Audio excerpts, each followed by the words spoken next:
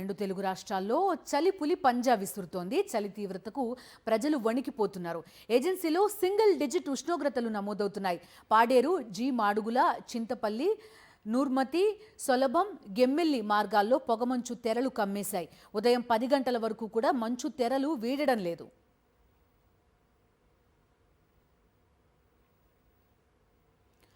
చింతపల్లిలో కనిష్ట ఉష్ణోగ్రతలు కొనసాగుతున్నాయి. మంచు, చలి తీవ్రతకు మన్యం వాసులు ఇబ్బంది పడుతున్నారు. మంగళవారం జీ మాడుగులలో 3.8 డిగ్రీలు, ముంచంగిపుట్టులో 6.4 డిగ్రీల కనిష్ట ఉష్ణోగ్రతలు నమోదయ్యాయి.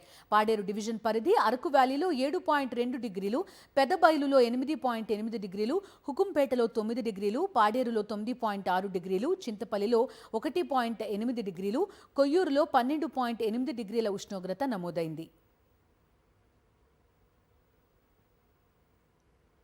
రంపచోడవరం డివిజన్ వై రామవరంలో 10.8 డిగ్రీలు, మారేడుమిల్లిలో 11.3 డిగ్రీలు, రాజవొమ్మంగిలో 13.5 డిగ్రీలు, అడ్డతీగలలో 15.1 డిగ్రీలు, రంపచోడవరంలో 15.8 డిగ్రీలు, చింతూరు డివిజన్లో 13.9 డిగ్రీలు, ఎటపాకలో 14.2 డిగ్రీలు ఉష్ణోగ్రత నమోదైనట్టు అధికారులు తెలిపారు.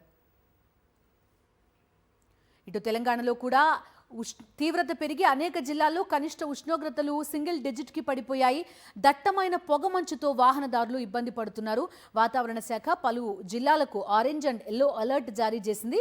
మరో 2 రోజులు చలి కొనసాగే అవకాశం ఉందని, కనిష్ట ఉష్ణోగ్రతలు సాధారణం కంటే 3 డిగ్రీల నుంచి 4 డిగ్రీల వరకు తక్కువగా నమోదయ్యే అవకాశం ఉన్నందున ప్రజలు అత్యవసరమైతే తప్ప బయటకు రావద్దని హెచ్చరిస్తున్నారు.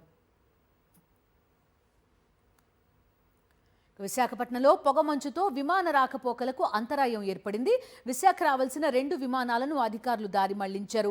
ముంబై విశాఖ విమానం విజయవాడలో ల్యాండ్ చేశారు. హైదరాబాద్ విశాఖ ఫ్లైట్ తిరిగి హైదరాబాద్కి మళ్లించారు.